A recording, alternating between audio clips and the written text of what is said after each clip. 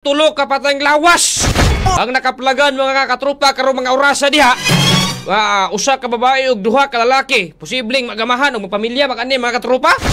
Atong sayron be katropa ang Christian usay update diha sa may Purok 11 Barangay Managok ni mga orasa. Yes, katropang Jonathan, nataron diri sa may Purok 11 Old Managop, sakop ning syudad sa Malaybalay. Kay lagi adunay mangiling nga krimen ang nahitabo. Katropang Jonathan, adunay tulo ka patayng lawas ang nakitaan kaganihang buntag diri sa maong Purok 11 Old Managok. Katropang Jonathan, katropa ga Christian, nakita na to sa hulagway nga gipadala karon dire. Usa ka balay nga nakakordon, posible ang mga patayng lawas na sulod. Ang paghulagway katropang Jonathan, tinuod ang mga patayng lawas ana sulod mismo sa ilahang kwarto. Kini tulo ka patayng lawas katropang Jonathan kung atong ilarawan, ang duha ka patayng lawas ana sa kama, ang duha ka lalaki, ang babae ana sa kilid sa kama nahulog. Kini katropang Jonathan, atong maalyasan ni kaning magpamilya ang patay nga mga patay nga nakita dire sulod sa ilang kaugalingong panimalay katropang Jonathan. Katropang Christian, gusto na to mahinabi ang kapitan kung naa diha o barangay Kagawad o barangay Tanod kung kinsa o mga silingan katropang Christian nga nakabantay sa maong panghitabo o patayng lawas karong kaganiha buntag. Karon katropang Jonathan, negative sila nga magkiginabi kay lagi nakuratan pud sila si Kagawad Kagawad Milyones atong gihangyo, pero karon kamulo pag yun ang investigasyon katropang Jonathan gani isa ka patayng lawas pa lang ang nagawas, ang duha ana pa sa sulod katropang Jonathan gani ato apong gihangyo kaganiha tung tiguang nga diri gihapon sa ilaha gapuyo ni, pero ingon siya nga dili lang sa agid siya mohatag og statement kay lagi nakuratan pud siya kay mismong siya gani naa diri gihapon wa siya kabalo nga aduna day mangiling nga krimen na hitabo kagabi diri sa maong panimalay katropang Jonathan. Katropang Christian, wala ba si kapitan diha sa mga lugar karong orasa?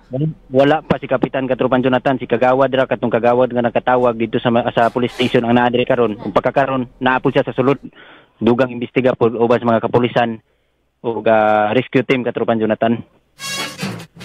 Okay. So, katropa Christian, kinahanglan silingan atong mahinabi kay sa imong nasigutan aduna bay kauban sa pamalay ang mao mga biktima aside nang magtiayon?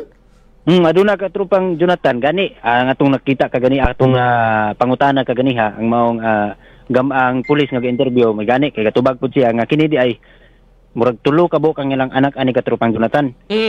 Unay duha ka bata nga naluwas. So ang mga bata ka naluwas katropang Christian asa karon?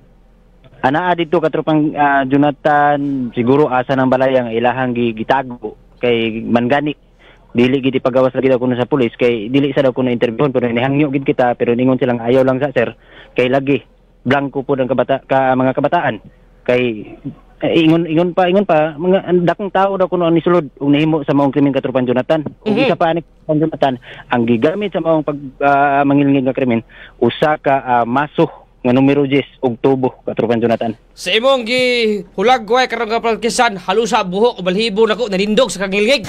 Bullseye. Grabe ka mangilingig nga krimen.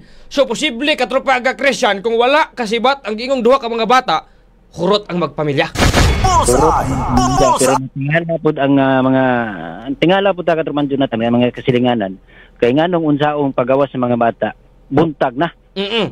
Buntag na nakagawas pagkakita nila mao na din to nahitabo nga aduna diri patayng lawas sulod mismo sa ilahang kwarto. Katropang Christian, kabalo ko daghang mga tao karon des palibot basin pud ta mga pangayo og kana may istorya na to pagitato si unay si silingan ka sir. Dili layo ra mo layo ra inyo ay. Pangita si Brian Nightwalker diha katropa nga Christian. Brian Nightwalker sige katropa. Si Brian kay isa po ni sa nakalabi itog kining info ani karong mga orasa kay di ni murag gilgig hantog karon murag nanindog akong balhibo sa mao nga panghitabo kay pamilya man murag aduna may kasuko pag-ayo ang himo sa mga krimen. Brian Nightwalker kan atong kuan katropang Jonathan siguro manguan na lang dadre. So mao ni mga katropa mao ni mga sukig tigpa minaw. Grabe ka mangilngig nga balay kini nga pagkapatay mga katropa. Anaa man gid sa sulod sa Pinoy-anan mga pinalanggang tigpa minaw. So dito sa kwarto nakaplagan ang mga patayng lawas. Ang duha mga katropa ang mag-amahan nagtapad unya ang inahan mga katropa nasa ubos sa katre. Uy, unsa man ini posibleng aksyon nigdagan mga katropa unya napugngan man eh. Katropa ka Christian? Yes, katropan Jonathan, karon na makahinabi nato ang usa sa mga silingan unsa ngalan nato ma'am? Irene Mariano, sir. Si Ma'am Irene Mariano, ma'am. Kagabi nahitabo ang nga krimen, ma'am. Aduna ba kay nabantayan? Unsay Wala ra ba ko na bantayan, sir, kay ang mga bata ra karon niya, sir, may akong nabantayan nga nagadto sa ko'y gagaw. Na nangutan ako kay natingala ko kay gapamaho ko'y gagaw. Nagadto sa ako gagaw po dito kay day guro report mo doon sa nahitabo kay ana lagi daw mga bata nga na daw nahitabo diri. Then mo to nangutan ako sa bata ko nga ate kulin may ngalan atong bata nga magulang kay duha man sa bata nga bayi. Nangutan ako ate kulin unsa imo ate kulin na siya nga kon magutita nay nahitabo sa mga gabi anak ra pa ng bata sir mo tong nanganhimi diri na wala gyud tao ga tikaw-tikaw sa ilang balay. Pero ang istorya sa bata, na daw kunoy yung papa na kanang nakadugo na daw silwa. Na yung mata daw kuno na nanay samad. Di mo tong nag-anhimi diri sa ilang balay, wala na may mga tao nga nagtingog. Gani ang ihang. Ang ihang papa, among gikuan, gitawag. Wala nagigat tubag, sir. Katropang go ahead. Ang pag-abri sa ihang anak sa ilahang balay na iro sa ilahang kwarto. Nagi sa pertahan nag-atang. Din ako igagaw nga giadtuan sa atong bata. Nagkuhan sa sir nga kanang ikwasan ng iro kay basi ba mapaakan pod mi nga magtan-aw. Pagtan-aw sa ko igagaw naglingo-lingo na kay di ay nakita niya ko igagaw wala na. Wala na kinabuhi sir. Ma'am nasi Katropan Jonathan sa kikas kuan. Katropan Jonathan. Okay, ma'am, good morning. Si Jonathan Soriano ni ma'am. Kaning mga bata, ma'am, wala ni natulog kagabi diya silang balay? Natulog, sir. Buntag gid sila nakagawa, sir. Nag-ato lagi sila ito sa balay sa koy gagaw kay nagkuhan sila, nag-spray ko sila nga nalagi daw nahitabo. Gani, wala daw sila nakatarong og tulog. Kay datugan naman sila sa kanang plywood daw kuno. Oo. So kaning mga bata pila ka buok ang naluwas ma'am duha? Duha sir. So kining mga bata ma'am nga nangaluwas posibleng nakatago ni sa mga panghitabo. Murag ana gid sir kay naghilom na lang man daw sila. So nakita gid nila nga ilahang amahan o ginhaw igsoon nga giayo-ayo di ma'am. Oo sir kay nabantayan man daw kuno nila nga naigibit-bit daw ang tawo, dako daw nga tawo, dayon nay maso daw gibit-bit na pudaw botilya. Gani nasamaran gani tong bata sa iyang paa mutong nga hadlok nami. Mutong sa ilang balay. So kagabi pa ni sila nakasiba, aganihang buntag pa ni nakasibat ang mga bata nang gawa sa balay. Aya nang report sa inyo ha kamo mga silingan diha ma'am. Oo sir. Buntag na gid. Ma'am, pwede ba na to masayran kung si pangalan sa mga biktima? Except atong bata nga si minor pa to? Ang kaning amahan sir Giovanni man ni siya nga anduhon. Dayon kaning iyang asawa Evangeline. O kaning isa pila edad aning Kaning iyang anak sir kuan kanang si Job Ivan. Pila yung mga pagidaron estimated ani ma'am? Murag 40 man guro ning ang kaniyang asawa din 48 po ni iyang bana. Igagaw man ako ng iyang bana. So kining panghitabo day ma'am kagabi pa ni hitabo nga ang mga bata nagtago lang sila kay basig anaa pa sa palibot ang himo sa ilahang amahan inhan o igsoon buntag lang sa nag-report sa inyo. Unsa oras sila ni-report sa inyo ha ma'am? Mga alas 6 na to kapin sir. Alas 6 kabuntagon. Yes sir. Ma'am, kumusta man ang mga bata karon pila may pangidaron ang duha ka mga bata nga nakasibat? Ang kanang magulang sir grade 5 naman na. Dayon ang kaning kamanghuran kuan grade 3, mag-grade 4 na. So, karon ma'am, ang mga bata, kumusta? Asa sila? Tuwara sa akong igagaw, sir. Katulang gatuan ganina. Ma'am, kini bang imong igagaw man gid mo ni simbana no? Kini nga na biktima karon hang tulo? Yes, sir. Ma'am, sa imong paghulagway, unsa man ang background ani diha sa mao nga lugar nganong miabot man sa punto nga halos sa bro grabe ang kasuko sa tawo nga nihimo niini sunan kana maso og sa patoy laing gidala para ibunal ngadto sa maong mga biktima?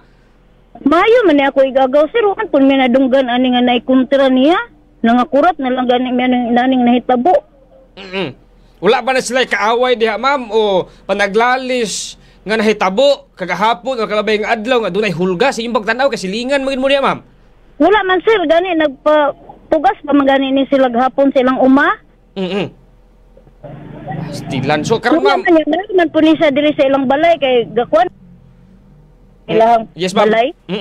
Pastilan ba? So karon, ma'am, unsa may sitwasyon karon diha kung ato gihulagway kay grabe ka madugoon man nga krimen nga gihimo.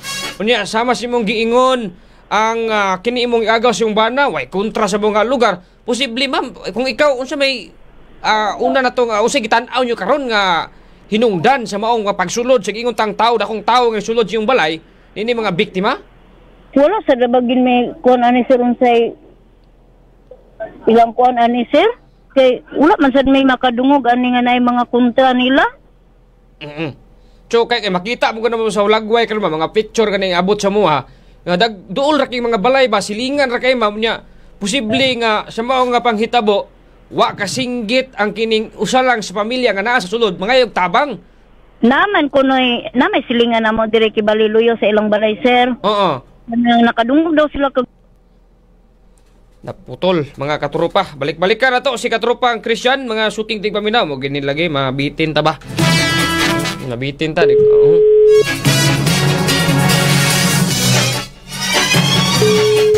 Bullseye. So katropang Christian padayon, ma'am, padayon.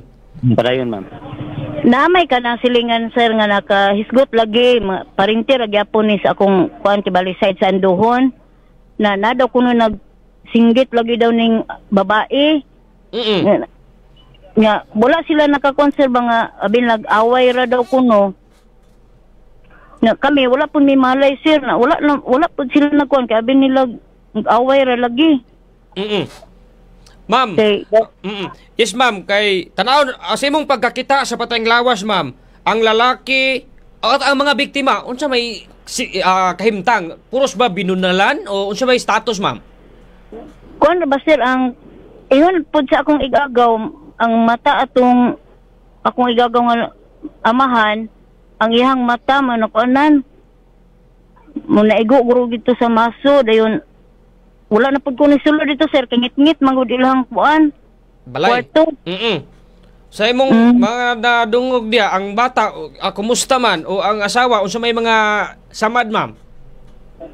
Wala na pud mi nakabantay sir kay wala naman gimi nag ukay-ukay dito sa ilahang kwarto gani pa kana gani ang iyang asawa nagtuo mi og wala diha wala na kay kaganina gabing pangita sa mga tao diri sa palibot kay basig naara sa palibot di ay naara dahil gapon sa kwarto so wala nagkapog kinabuhi. So katong tulo nag-uban ra gid sa kwarto wa kagawas?